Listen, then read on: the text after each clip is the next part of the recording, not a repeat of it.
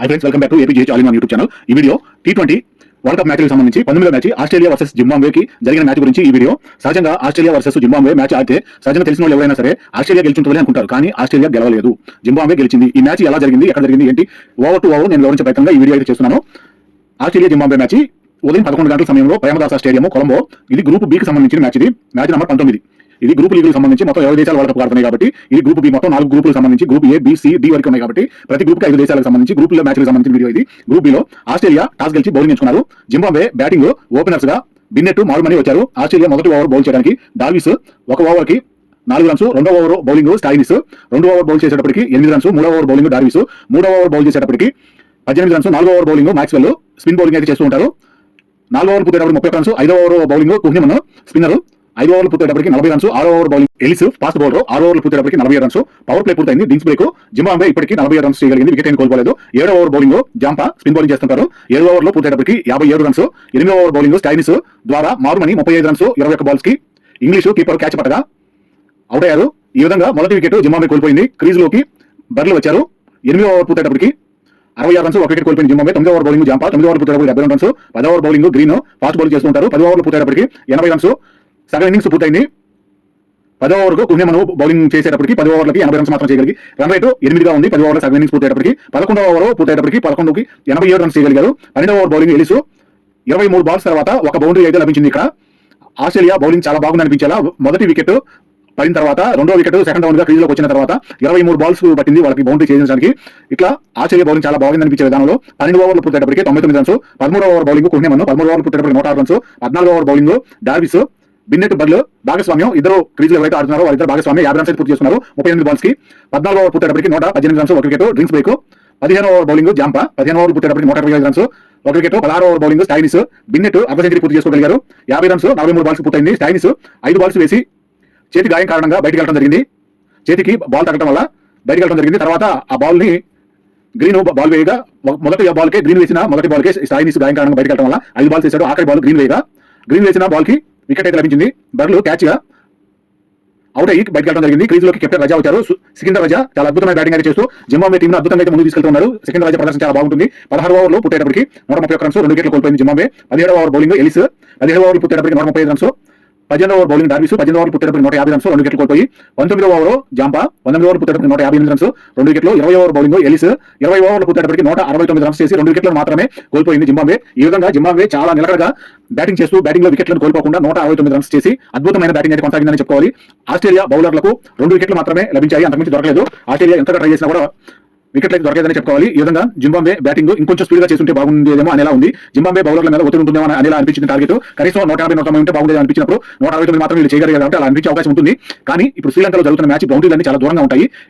Single run, double run, triple run తీసుకోవడానికి ఎక్కువ అవకాశాలు ఉంటాయి. కానీ బౌండరీలు కొట్టాలంటే ఎక్కువగా దూరంగా ఉంటాయి కాబట్టి కొన్ని 70 మీటర్ల దూరం కనీసం ఉంటుంది కాబట్టి అందువల్ల బౌండరీ చేయడం కష్టంగా ఉంటుంది. అందువల్ల బ్యాటింగ్ పిచ్ కాదని చెప్పుకోవాలి. ఎక్కువగా బౌలింగ్ కనుక అనుకూలంగా ఉంటుంది. అలాగే ఫీల్డర్లకు కూడా ఫీల్డర్ గ్రౌండ్ పెద్దది కాబట్టి ఫీల్డర్ కూడా దూరంగా ఉండాల్సిన అవసరం అయితే ఉంటుంది. ఈ విధంగా 170 రన్స్ పరుగుల చేతనగా ఆస్ట్రేలియాకి అయితే ఉంది.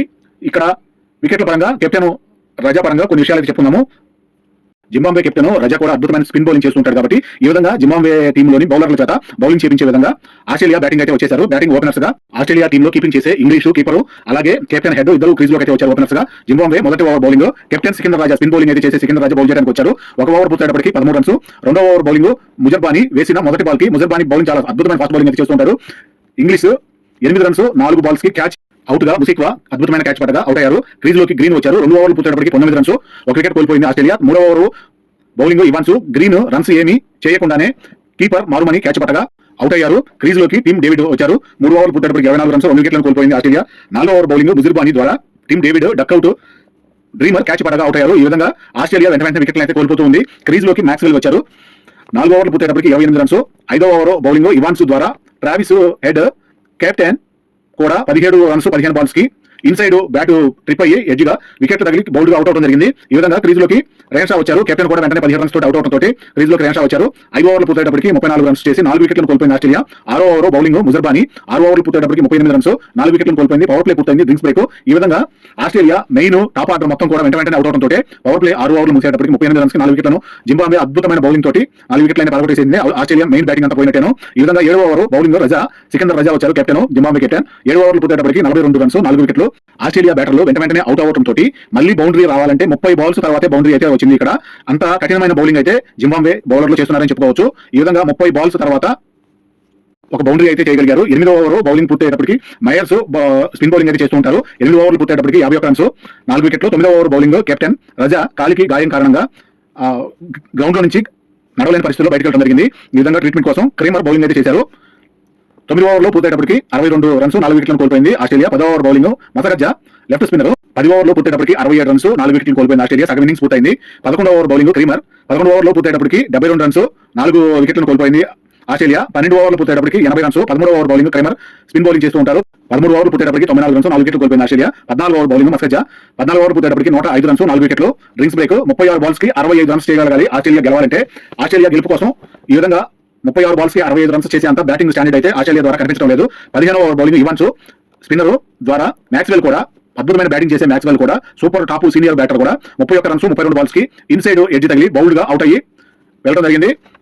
క్రీజులోకి స్టాయినిస్ వచ్చారు. ఈ స్టాయినిస్ కి బౌలింగ్ చేసే టైంలో బ్యాట్ తోటి బాల్ కొట్టడం వల్ల బౌలింగ్ చేసే టైంలో కాటన్ బౌల్డ్ గా క్యాచ్ పట్టడానికి ట్రై చేసినప్పుడు చేతికి బలంగా బాల్ తగ్గడం వల్ల బౌలింగ్ సమయంలో బయటకు వెళ్ళడం జరిగింది. ఇప్పుడు తప్పనిసరి పరిస్థితుల్లో ఆస్ట్రేలియాకి బ్యాటింగ్ చేయడానికి ఎవరూ లేరు కాబట్టి క్రికెట్ లాంటి ఆటల్లో బాడీకి ఎప్పుడు గాయాలవుతానే ఉంటాయి. ఈ విధంగా ఆస్ట్రేలియాకి సంబంధించిన మెయిన్ ప్లేయర్స్ కొంతమంది ఈ ఆటకు అందుబాటులో లేకపోవడం వల్ల చేతికి గాయమైన స్టైలిష్ మళ్ళీ వచ్చి ఆడటానికి బ్యాటింగ్ చేయడానికి రావాల్సిన అవసరం అయితే వచ్చింది. ఈ విధంగా ఇంజురీస్ అనేది ఫీల్డింగ్ పరంగా బౌలింగ్ సమయంలో బ్యాటింగ్ సమయంలో దెబ్బలు అనేది సహజంగా తగ్గుతూనే ఉంటాయి. ఈ విధంగా స్టైలిష్ చేతికి గాయమైన కూడా వచ్చి బ్యాటింగ్ చేస్తున్నారు. 30 బాల్స్ కి 50 రన్స్ కావాలి. 15వ ఓవర్ పూర్తయ్యేటప్పటికి 114 రన్స్ 5 వికెట్లను కోల్పోయింది ఆస్ట్రేలియా. 16వ ఓవర్ బౌలింగ్ మస్కజ్జా ద్వారా స్టైనిస్ కూడా 6 రన్స్ 4 బాల్స్ కి ముసిక్ క్యాచ్ పడగా అవుట్ అయ్యారు.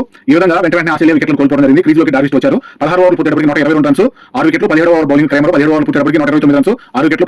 ఆస్ట్రేలియా గెలుపు కోసం 18 బాల్స్ కి 40 రన్స్ కావాలి. ఇవాన్స్ ద్వారా డార్విస్ట్ 6 రన్స్ మాత్రమే చేసి 7 బాల్స్ కి మున్మంగా క్యాచ్ పట్టగా అవుట్ అయ్యారు. ఈ విధంగా ఫుల్ డైవ్ క్యాచ్ పట్టి మున్మంగా అద్భుతమైన క్యాచ్ పట్టడం వల్ల మళ్ళీ వికెట్ అయితే కోల్పోయింది ఆస్ట్రేలియా. క్రీజ్లోకి ఎలిసి వచ్చారు. 18 ఓవర్లు పూర్తయ్యేటప్పటికి 137 రన్స్ 7 వికెట్లు. 12 బాల్స్ 33 రన్స్ కావాలి. రెన్షా 65 రన్స్ చేసి 44 బాల్స్ వద్ద బర్డ్ క్యాచ్ పట్టగా అవుట్ అయ్యడం జరిగింది. కొంత వికెట్లు పడుతున్న రెన్షా 65 రన్స్ చేయడం బాగుందనిపించే లోపే అవుట్ అవడం జరిగింది. క్రీజ్లోకి జాంపా వచ్చారు. 8 బాల్స్ కి 30 రన్స్ కావాలి. జాంపా 2 బాల్స్ కి 2 రన్స్ మాత్రమే చేసి క్లీన్ బౌల్డ్ గా అవుట్ అవడం జరిగింది. 19 ఓవర్లు పూర్తయ్యేటప్పటికి 140 రన్స్ చేసి 9 వికెట్లను కోల్పోయింది ఆస్ట్రేలియా. 6 బాల్స్ కి 29 రన్స్ కావాలి. క్రీజ్లోకి కుహేమాను వచ్చారు. జింబాబ్వేకి అద్భుతమే జరిగిందని చెప్పుకోవాలి. 19.3 బాల్స్ కి 140 రన్స్ చేసి ఆస్ట్రేలియా ఆల్ అవుట్ అవడం జరిగింది. ఈ విధంగా బౌలింగ్ పరంగా ముజర్బానీ 4 వికెట్లు, ఇవాన్ 3 వికెట్లు, మసగజ్జా 1 వికెట్, బర్న్ 1 వికెట్.